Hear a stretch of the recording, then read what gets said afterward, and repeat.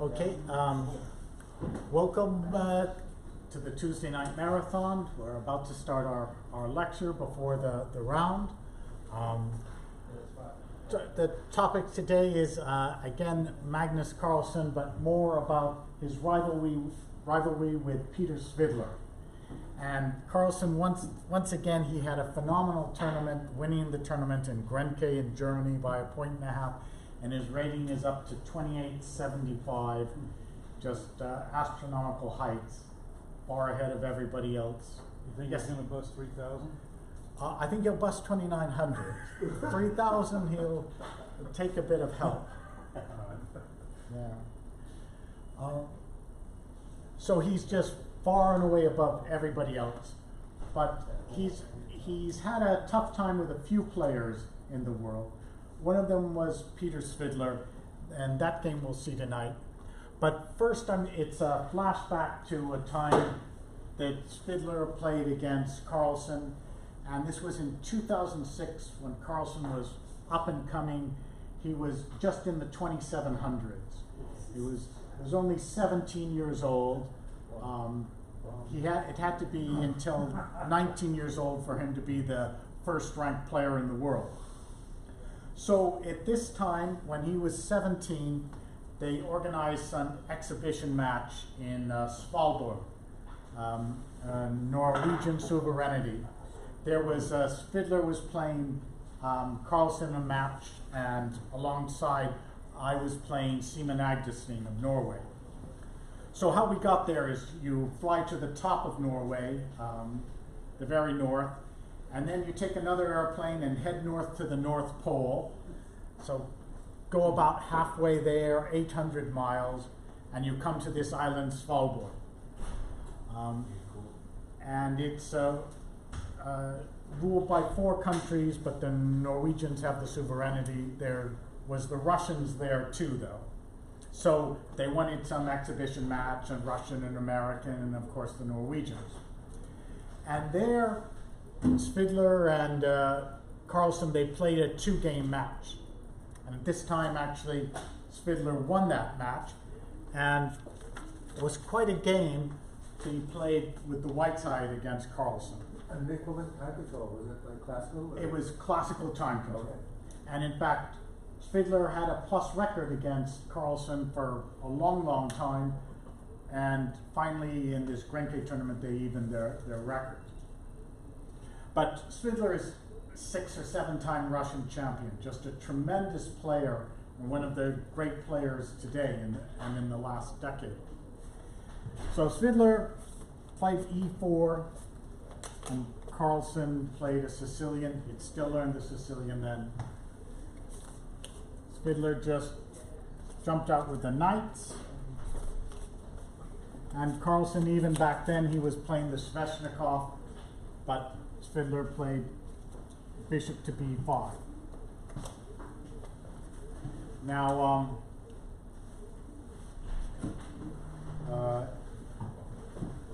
here Carlsen played a slightly unusual move, avoiding the double pawns, and Svidler castled. And the young Carlsen jumped in with the knight, attacking the bishop and the knight, but Svidler took it.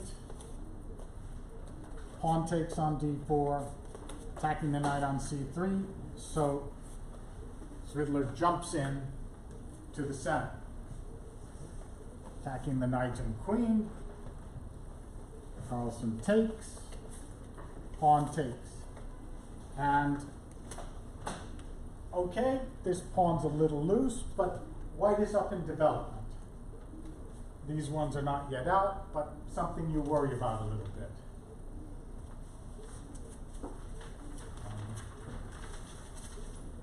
So you can gambit a pawn sometimes with queen to c5, and there's been a game by Anand where they did this, takes en passant, and white just gambits a pawn to open the game against black's backward development.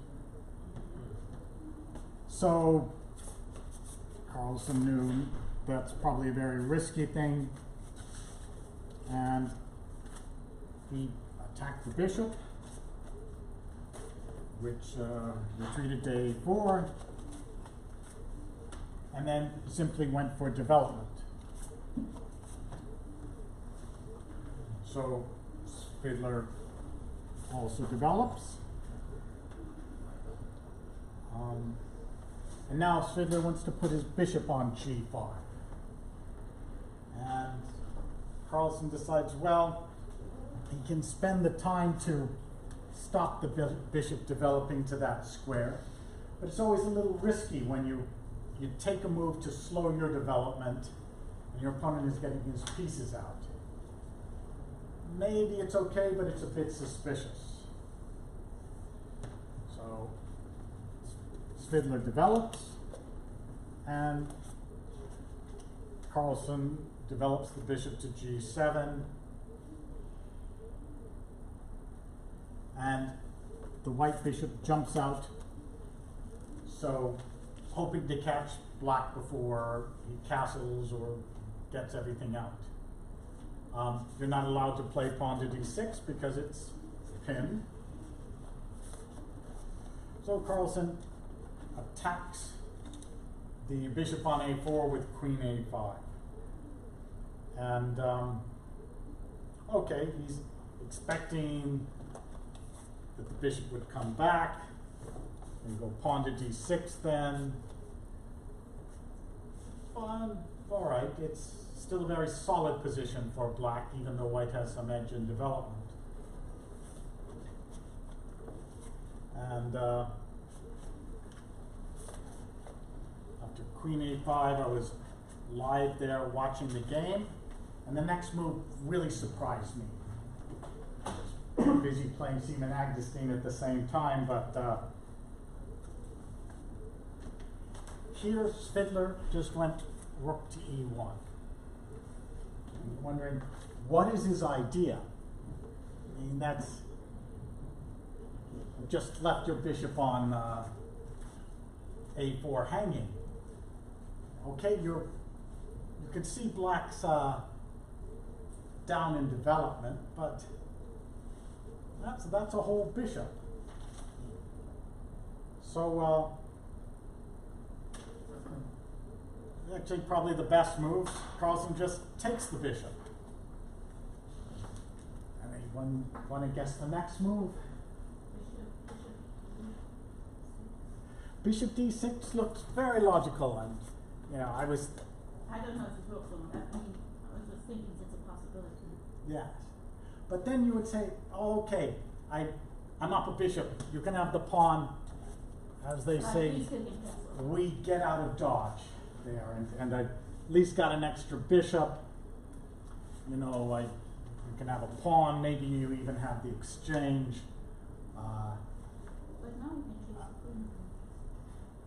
So this really isn't enough compensation for a piece.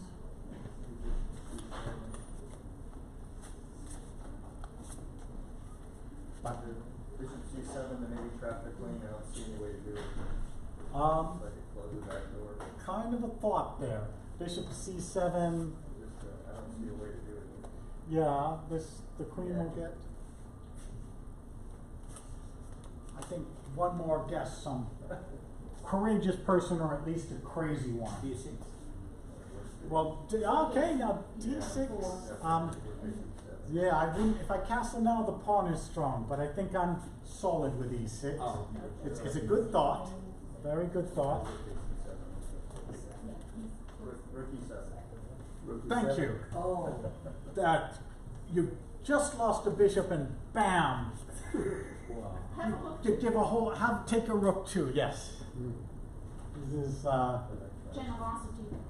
And I'm going, how is this fellow crazy? You know, that's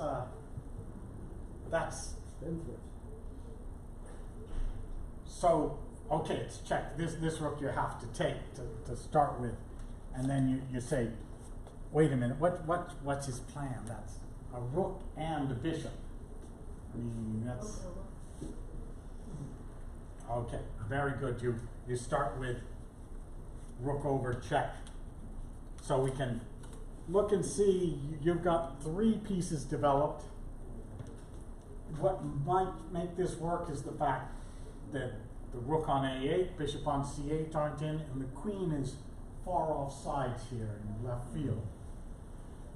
But still, okay. And you've got this d6 square for the bishop. So these are out of play for a while. Now, here Carlsen thought a while, naturally. Really just been blindsided by this. So, which way do you go? Yeah. That way or this way? You know, it's you could guess. Anybody want to guess? I guess king f8. With the idea of going to g8 h7. King f8 is not what Carlsen played. It is the better move. Oh, king d8, I think. Very good. And this would have gone something like bishop checks, rook down, which this was what terrified Carlsen. This out. But in fact, you kind of hold the fort, maybe just barely. This rook here, bishop to with threats, incredible threats. But you get one threat too. Yes, a big threat, and yeah, he's just about to get you, but he does have to stop checkmate. And if you do something like this, then you can probably check, and the queen comes back, the bishop takes the bishop, and you can sacrifice your queen. So after queen takes queen, rook takes, if he has only one queen, you don't get checkmated.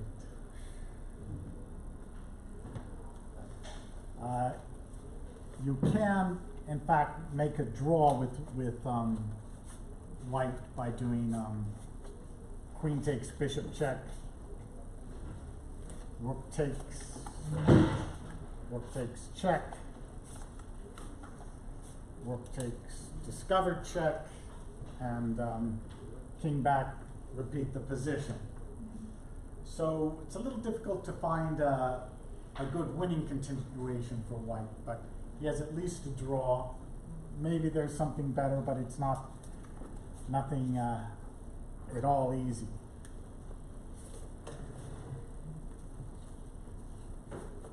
But it looks so threatening. Young Magnus decided on king to d8.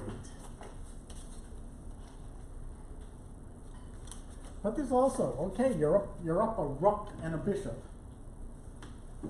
So, Is bishop there? excuse me, the bishop is on f4, yes. Rook, rook, rook. And so this move, when you're down in a rook and a bishop, you play positionally with bishop d6. Not really positionally, he's calculating everything. But it just stops the pawn, stops the bishop. You can't just trade the rooks because of rook takes rook, king takes, and the queen's going to checkmate you on e7. And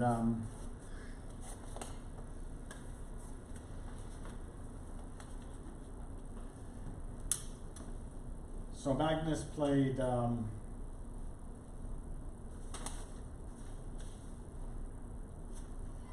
queen to a5.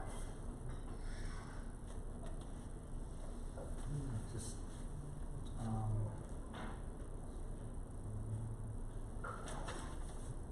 attacking the rook on e1, checkmate. So pawn to b4 stops the checkmate, attacks the queen attacks the bishop. And now a slow move, queen to f4. Why not queen to D? Why not queen to E4? Well, queen to e4, you'd be able to take that bishop on d6, which is, that's your whole attack. Okay. So you have to maintain that bishop. And again, you can't play rook to e8 because you trade check, check and mate. Can't get these into play. So hard to make a move for the black side. Nick, I have a question. Instead of D4, when the queen was on, why couldn't you go queen to E4 then? Well, the queen's threatening to take the Oh. rook with. Oh, but if he's on E4. Oh, queen to e4. Now, Okay, good question. Now, I don't think we want to give up the queen yet. Maybe we play bishop to f6. Covering it, and you can't attack the bishop with your queen because of the rook. okay. Yeah, I think doesn't quite fit. So here you don't have to worry about the back rank mates, and now that this escape square is covered by the queen, you're threatening bishop checks, king e8, and then discovered check with the bishop.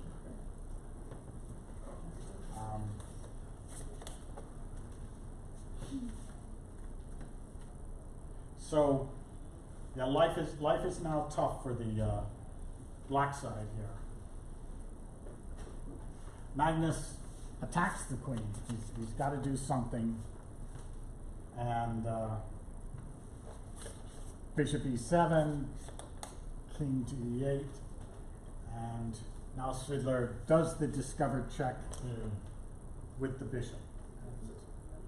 It's a very good move, but later they found that you could probably get in more cleanly with queen to e4. The main idea is if queen comes trying to trade the queens, you say, oh, that's fine. I don't need the queens to beat you because takes, check, bishop b6 would be mate in the endgame.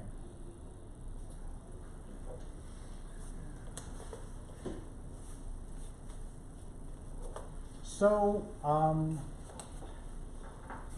that's probably a very good move, but it's hard to not play discovered check attacking the queen. But if you move the king, bishop takes queen, checkmate. So Magnus puts his queen in the way, but he's at least attacking the white queen. And he is a rook and bishop up, so he's thinking he's going to get more material for the queen. And he does. Svidler retreats, queen to d2, but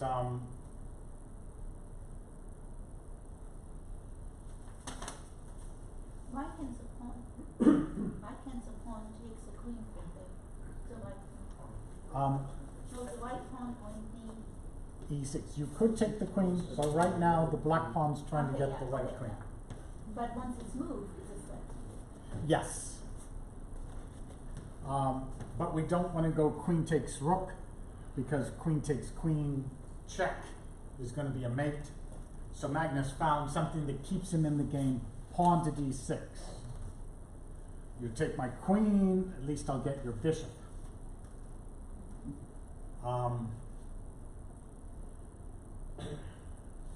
And so Svidler simply took the pawn, because the queen's pinned, and Magnus makes it tough. He moves his king out, attacking the bishop. So now Svidler wins the queen, but at least now Magnus gets another bishop, so he has 2 rooks, 2 bishops against a queen and rook. Black is in fact ahead materially. The problem is yes, this pawn is a bit of a troublemaker, and you're still down in development. So after rook to f8,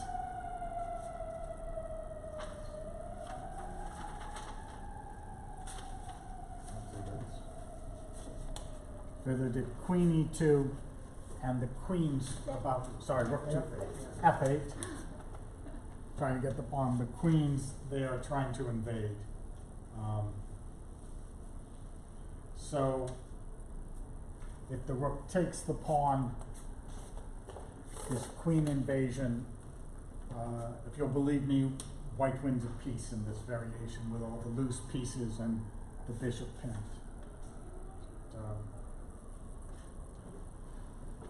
Yeah, it's something like here, check.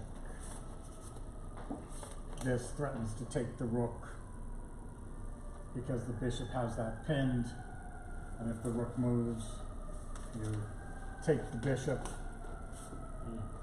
and queen e5 check picks up the rook, so you have a decisive material advantage. I think the rest will go a little bit quickly, because you see that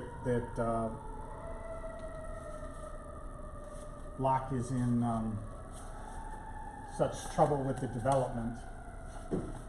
He couldn't take the pawn and decides bishop to f6 to stop queen e7 check.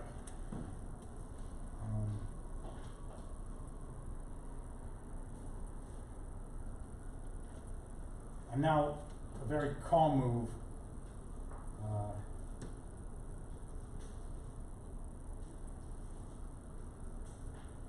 Plays king to f1.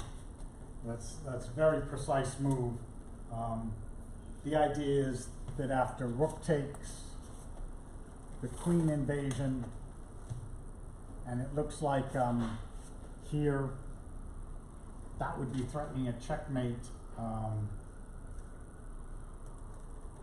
if the rook on f1 weren't defended, but queen check now just wins the game.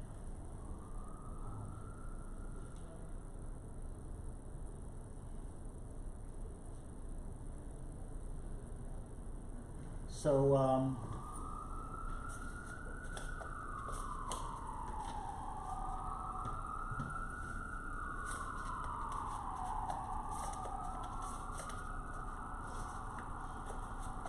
this is our new big chessboard. The game continued after bishop f6, king to f1, king to c7, trying to escape. Fiddler just defended that advanced pawn, threatening to invade with queen to g6. And bishop came out to f5, but queen coming back to f3, one apiece. And well, it lasted about 2 more moves. Take the pawn, take the bishop, still attacking. Hope you get some play on this F line, but Fiddler just calmly stopped all the possibilities there. And then after check, white is invading. White's up material with a queen and 2 pawns against rook and bishop, and Carlsen threw in the towel. So back then, 2006, Fiddler was one of the greatest players on the planet. Carlsen was up and coming, but didn't quite have his number then. And for years afterwards, that remained. They had something like 11 draws, 2 wins for Fiddler, 1 win for Carlsen.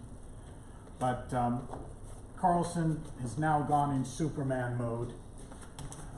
His last tournament he won by 2 points. This tournament in Grenke by 1.5.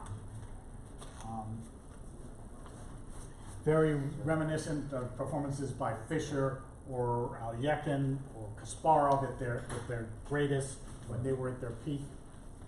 Maybe Karpov Linares. Karpov Linares in 1994. where he dominated the field. It's quite a pleasure to see a world champion at their absolute best play. Nick, was that the first or second game? Well, that was the second game back in 2006. But now we're going to fast forward to 2019, 2 days ago, where Fiddler was playing Carlsen, and Carlsen has just woken up in these last months. So Carlsen was already ahead in the tournament. He's playing one of his toughest opponents, Fiddler, and he has the black pieces. There have been some players who give people trouble, like Geller used to give Fischer a lot of trouble. And then one time in the interzonal, Geller had white, traded off all the pieces to a drawn position, offered a draw. Fischer laughed at him and ground him down in an endgame, showing that he'd really taken his toll, that Geller was no longer a problem for him. And there was players like Gulko had a very good record against Kasparov, something like 2 wins and 2 draws or something. Although, of course, Kasparov was a far better player.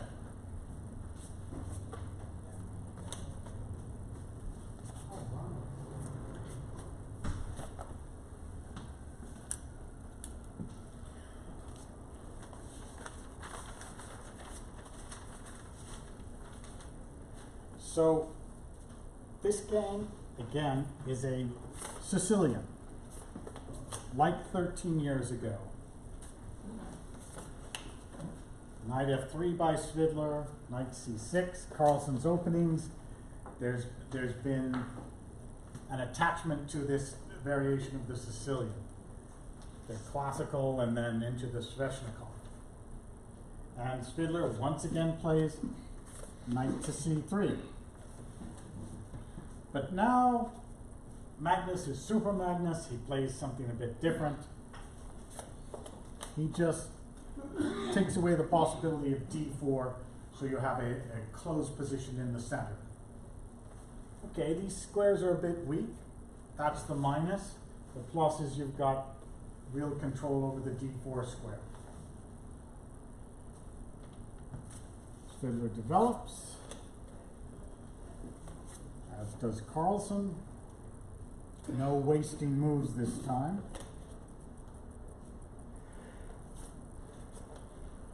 And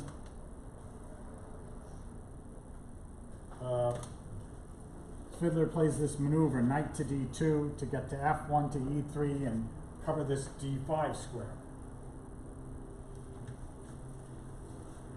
Okay, development.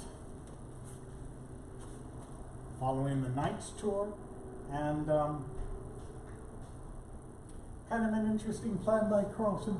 Immediately knight to d7.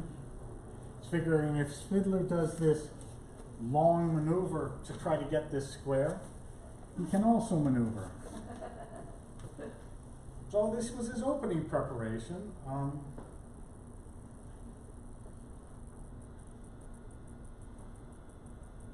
And excuse me, it was not knight to f1, it was first knight to d5, knight to b6, and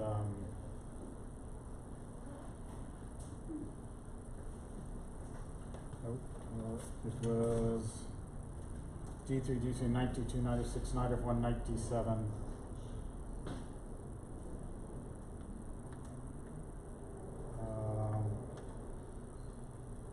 Yes, knight f1, knight d7, then knight to d5, knight b6. So many knights, I was getting a little confused. Knight takes, pawn takes.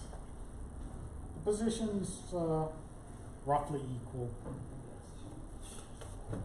Covers some squares, black develops. Black has the sort of weak d5 square, but possibilities to advance with f5.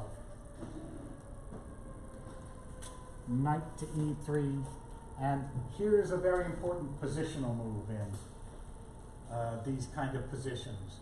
anyone, we're usually looking for fun tactics, but anyone want to suggest a good positional move for black? King J. That's a good plan, I like that. Anything else? Kind of strategy for black?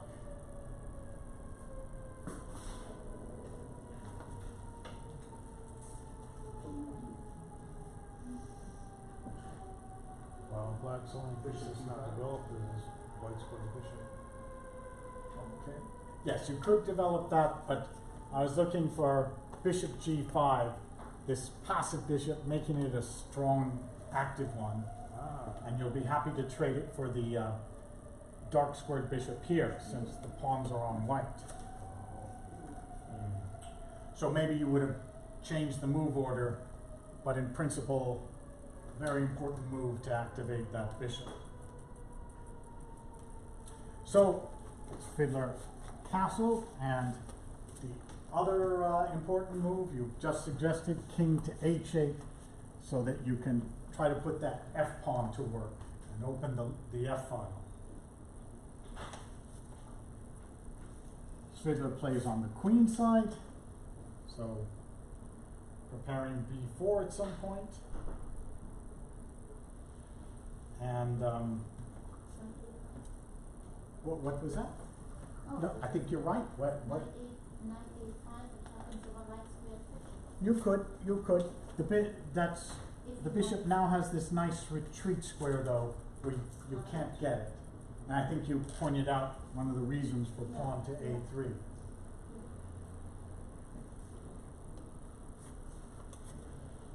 Yes, you don't want to put a knight on the rim unless it's really going to do something. I was actually thinking about before you moved to pawn Okay, yes, it would have made, would have before been, before it has a retreat square, so that you have to or b5 maybe, yes. Well, after pawn a3, Magnus decided to be very direct and pawn to f5. So he's pushing forward. This is, the last month or two we've seen the aggressive Magnus. And the knight takes on f5. So first, bishop takes bishop, yeah. Trade off that. Rook takes bishop, so the rook's developed, but it's not a really good place. And you take your pawn back, bishop takes knight, on f5, pawn takes, rook takes f5, and we might look a bit at the position. White has a bishop, black has more central control from the pawn. Everything's about even. They're both excellent, well-prepared players, and we don't expect something to go wrong in the opening. Now, queen g4, rook back. So this bishop looks really good, but it's kind of hard to combine it with things for white. And about even, but maybe just a little better for the black side. And Fiddler goes a little bit too active here, charging forward with pawn to f4. But when the pawn takes, then he didn't want to take it back right away because of knight to e5 attacking things. Oh, excuse me, I've missed these two moves that happened before the recapture. There was a pawn to d5 attacking the bishop and a retreat to a2. And then capturing on f4. So now the rook takes f4, knight e5, gives you a little problem with the d3 pawn. And Fiddler thought, okay, that wasn't my plan. I'm attacking this d5 pawn.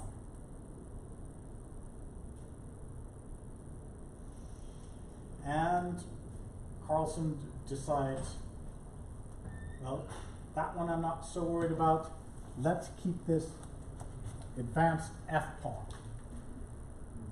Doesn't look like it's doing so much now. Fiddler takes, and this diagonal now looks nice and open. You'd worry about that.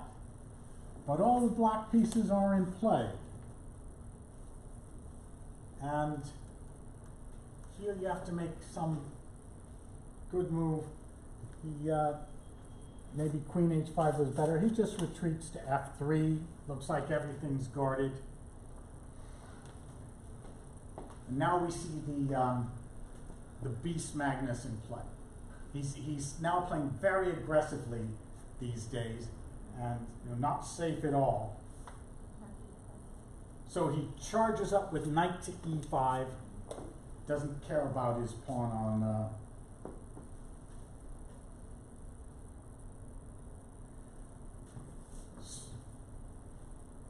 Okay. No, rook takes in bishop. Queen attacks this knight on e4.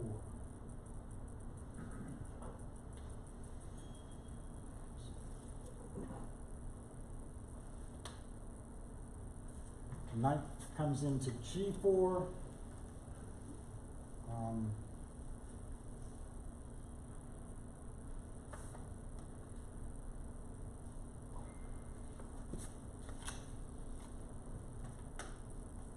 Develops the rook centralized.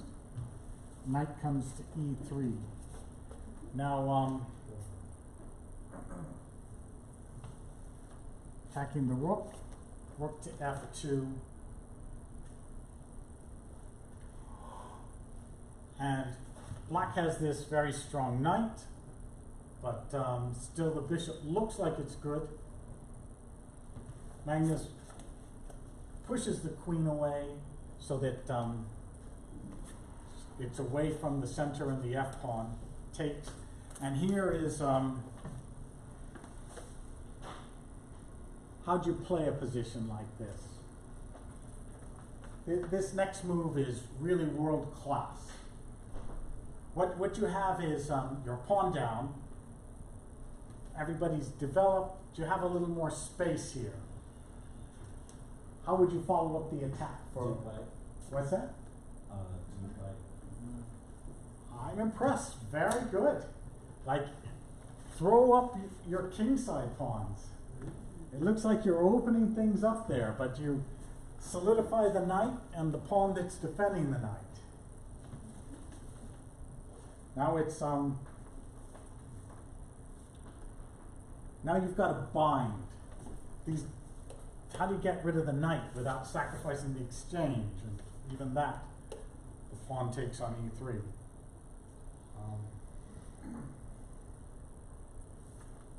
Fiddler now couldn't find a good thing to do. He doubles on the e file, but Magnus just comes forward. So that pawn is also attacking. It can come to g3, maybe queen to h6. He's getting a lot of threats.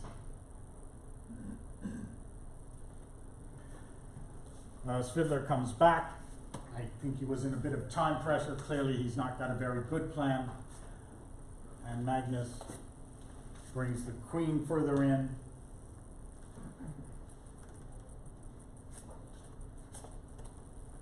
Queen eyes the f pawn, and Magnus doubles on the line. Well, in this position, it's actually lost. The computer can't find a way out. It's getting nothing good. Pawn to g3 is a threat, because if pawn takes, rook takes f6, then queen h2 would actually be mate. So there's this huge threat looming over the white position.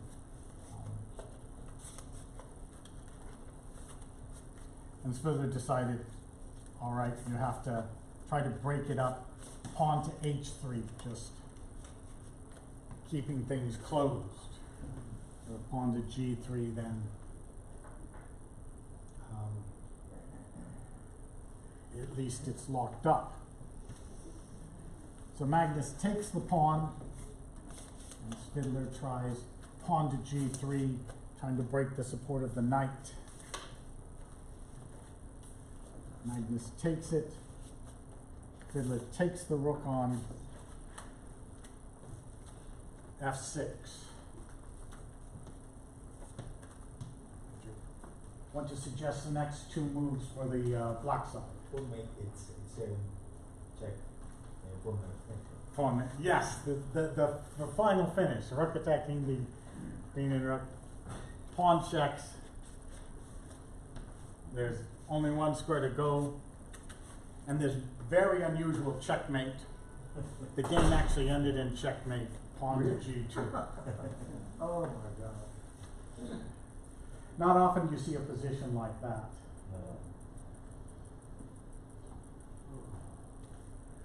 Well, there's some other things going on in the chess world. The computers are playing a very interesting match, LC0 and Stockfish, but there was a very interesting game from the Tuesday night marathon that I want to show. Jerry Mays against Nicholas Boldy. Since we always get some action-packed games out here.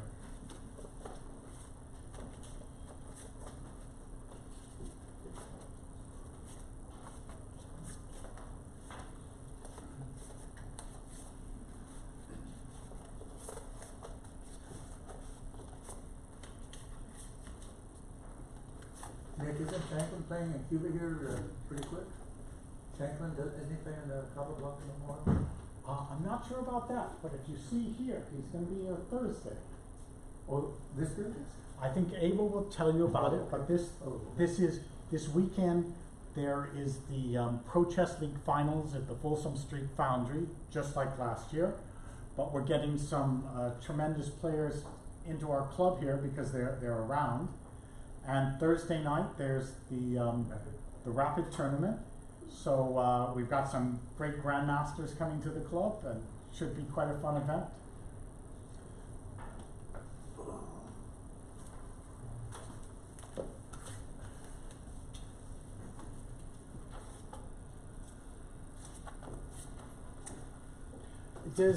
Can everyone see with this new chess set and the pieces are distinguished from the squares well enough?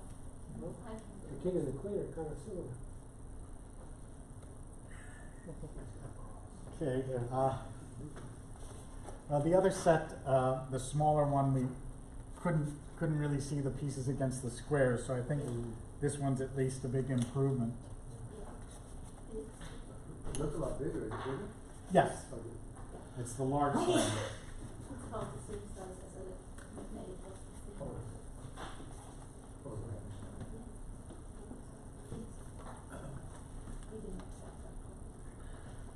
So this was last round of the marathon.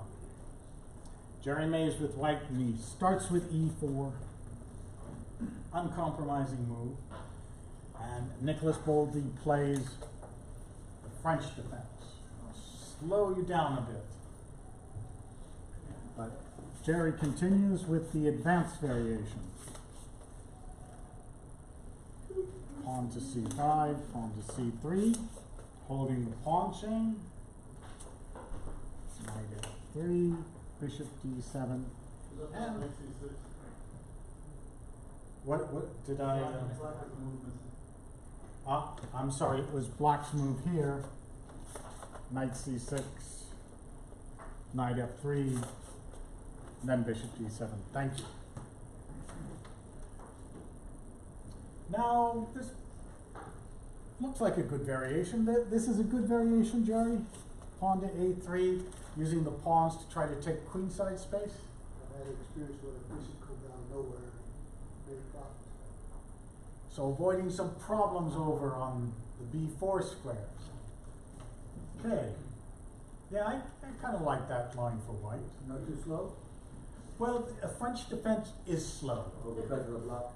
Because the pawns are blocked, yeah, you slow it down. You don't have to rush your development as much as an open game.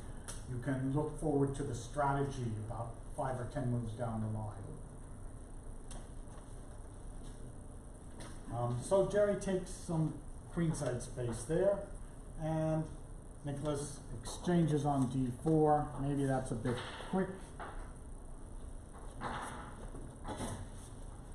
So he takes pawn to F6. Okay, since you play here, trying to use the tempo to loosen up the king side. So you could do bishop d3 or b4, but bishop b2 is reasonable. And queen c7, both players are out of book at this point. They're on their own. And Jerry plays a very nice move. The pawn is attacked 3 times, defended twice. So bishop f4 defends the pawn, sets up some threats, which Nicholas thought he was just defending, and he develops, thinking, the pawn takes, the queen takes, the pawn takes, but here you should have gotten greedy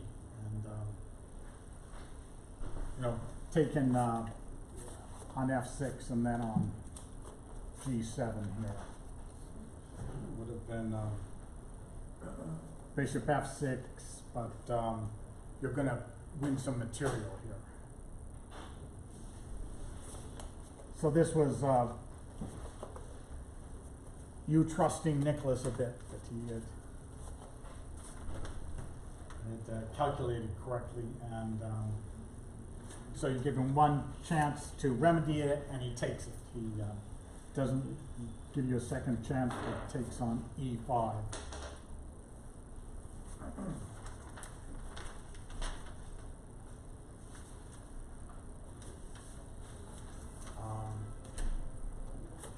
Knight takes, good, setting up some discoveries, but knight f6 still could be good, and probably better than knight takes c6. That kind of takes away all the threats right away. But queen takes. What was a better move instead of the knight move? Knight g6? You have that discovery once again. Yeah, knight G6. Knight g6 here. What do we want to do? Do we want to try queen b6 or pawn to e5?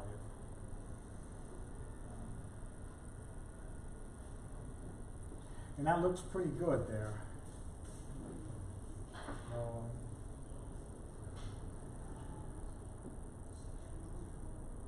Yeah, I think once again you're winning something here.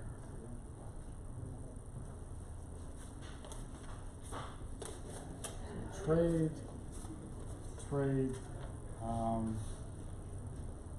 Knight c3, threatening to pin the queen. Pawn to a6.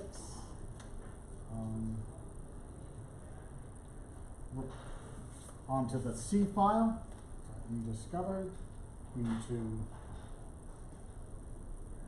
a4. Queen to b6 to get off. And now both players castle. We've got a pretty reasonable French for both sides. Black has the backward pawn, but got an open F file, got all the pieces out.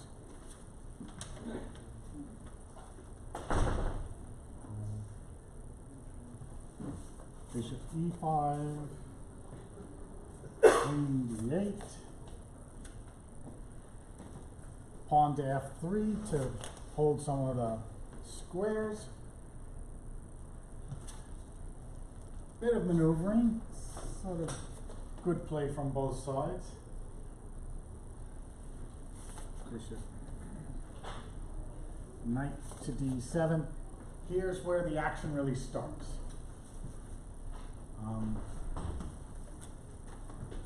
Knight's threatening to take the dark squared bishop, but Jerry says, all right, before you do that, I'm going to threaten to take a pawn with check. And if Jerry was playing Magnus, Magnus would have said, I like sacking pawns if I can get an active position. You probably would have taken your bishop, let you take the pawn check. Pawn takes knight, and gotten some activity there. It's good compensation for a pawn. But a lot of times people find it very hard to give away a pawn. So Nicholas said, well, I'll just defend it. There's no reason not to.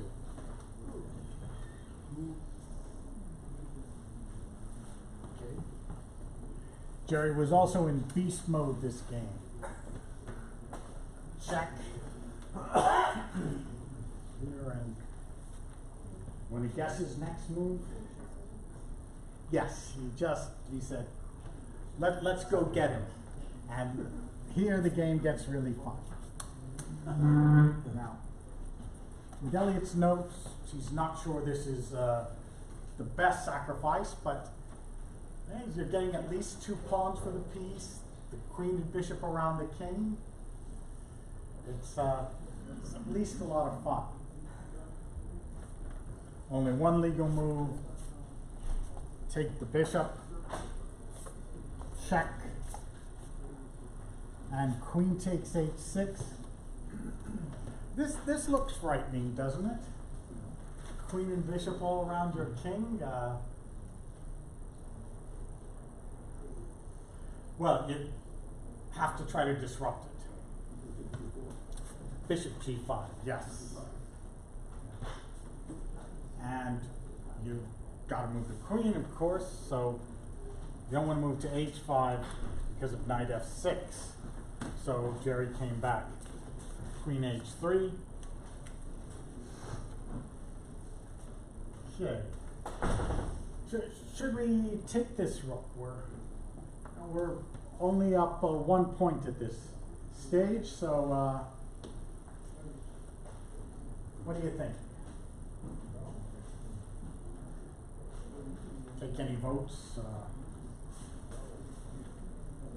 Well, yes, better to move the king or the knight or something, but Nicholas couldn't help himself, got greedy.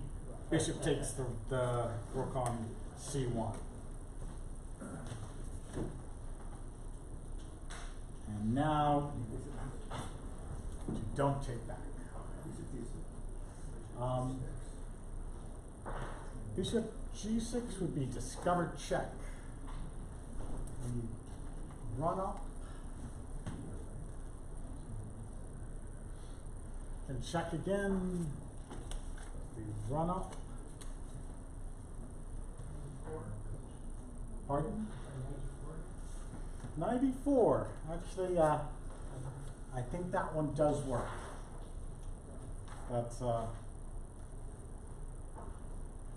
that was one of them takes discovered check, and this is going to be mate.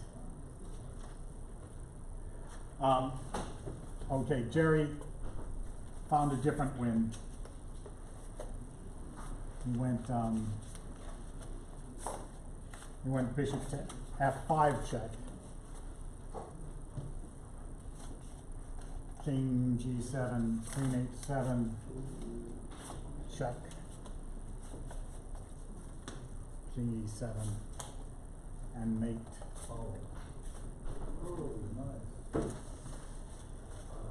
And at this point, how much are you down? It's let's see, you're down a rook and a piece, just like Spidler was against Carlson.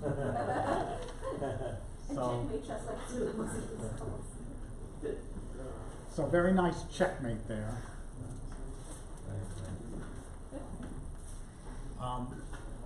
We don't have time for a longer game, such as there was a great battle on the top section of Elliot Winslow against Kyron Griffith, but that would be very involved.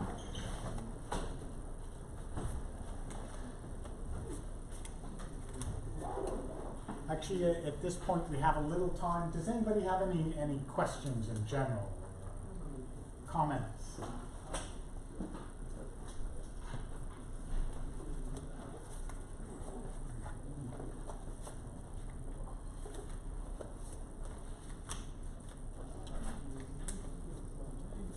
Is there an explanation for Carlson's new bestiality or whatever it was? Yeah, for his resurgence, it's funny. I think this is what happens to you. You're playing for a while. You're trying to play well. You're in the mode where you play, but you just don't have the motivation yourself. Something's going on in your life outside of chess. It just takes a bit of your energy. You're not as focused, and then sometimes you have a resurgence of interest. You say, I just really want to play chess. You're focused, you concentrate on the pieces, and you want to win. You want to play well. Does that happen to you? At times I've reached plateaus and I make like little breakthroughs. Yeah. Things seem to coalesce. But I have another roadblock for like forever. Yeah, one goes up and down. Also, sometimes your brain reorganizes information. You know, there are times when you can't absorb a certain amount of information. It starts kind of reorganize. There's actually some research that a lot of times great discoveries come shortly after nearly close to burnout type things. There's actually a lot of research in that area, not in chess, but in science and in other areas. And it may be something very similar. It can be true where you're just trying to process so much information, your mind's crowded, and you don't play well at that stage, like learning a new opening. Right. You've just got all these variations in your head, but you start to play and it doesn't click. But then after some rest. Right. That's what I mean. Yes, Carlson had prepared so much against Caruana. Maybe it was a bit of overload, but I think a lot of it was also he cared so much about his title. He just didn't want to lose a game. He didn't feel free to play. And if he loses one of these games here in this tournament, it's no big deal. So he'll just play freely.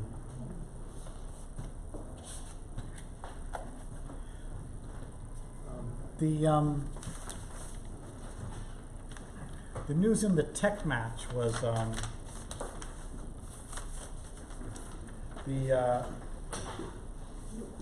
they played many games. I think about 44 games in the computer championship, and Stockfish has a slight edge of 27.5 points. LC0 26.5 points.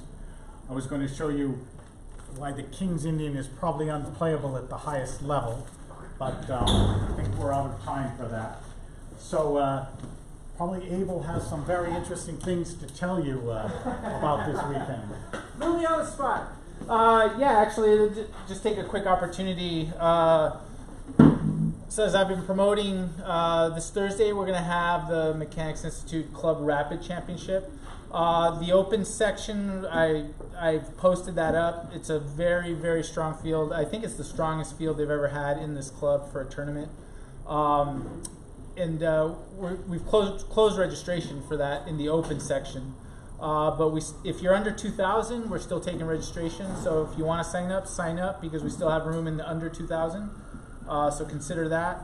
Friday is a big day. So we're having the Pro Chess League Media Day here.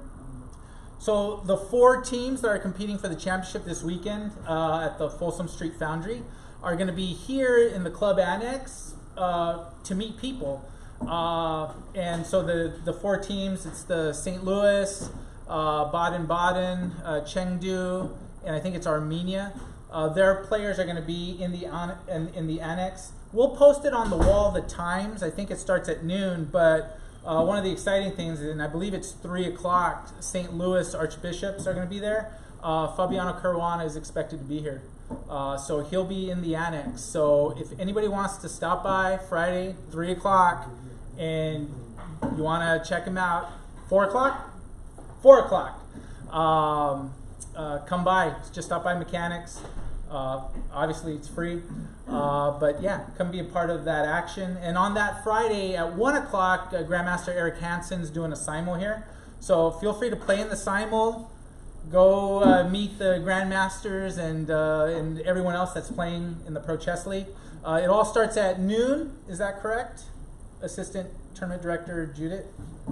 Immediately begins. Yeah, what time does it begin? Is it the first team at Yes. noon? Yeah. 1 p.m. Chengu, 2 p.m. Baden-Baden, 3 p.m. Armenia, and 4 p.m. Syria. Yeah, so Friday's going to be an exciting day here, so come check it out. Top players in the world will be here, so, this is kind of an exciting opportunity. Saturday, and I know Mr. Childress will be interested. Fabiano Caruana will be here Friday, 4 p.m. All right. So you want to come check it out? I know you love to check out the stars. Saturday we'll have a tournament here, 5-round G40 Powell Memorial. And then Sunday we'll have the Shut Brown Wine Jay Whitehead Blitz Memorial, 1 p.m. A lot of action. So exciting stuff. So hope to see a lot of you here. Is Shanklin gonna be here? Or Shanklin's playing in the Rapid on Thursday. Yeah, so the lineup's in there. Incredibly strong field. And we're going to be broadcasting the games online. So we'll send out that info. Follow our Facebook page to kind of get the info of where to follow all that. But you're going to be following that broadcast. Just use the link that we have on our website where it says Live Chess on the Chess Club website, and you'll be able to follow everything. So a lot of action. It'll be a busy week, but it'll be fun. So I hope to see a lot of you Thursday. Even if you're not playing the Rapid, come check it out, because we'll have a spectator area here, and a lot of fun. Will So they sign autographs? I believe so. Let me confirm that, but I'm pretty sure they will do. I mean, it wouldn't be a point of a media day if they didn't, sign the autograph. So any questions, just feel free to email me or catch me out here. But yeah, it's kind of exciting. So thanks, everyone. Make sure you check your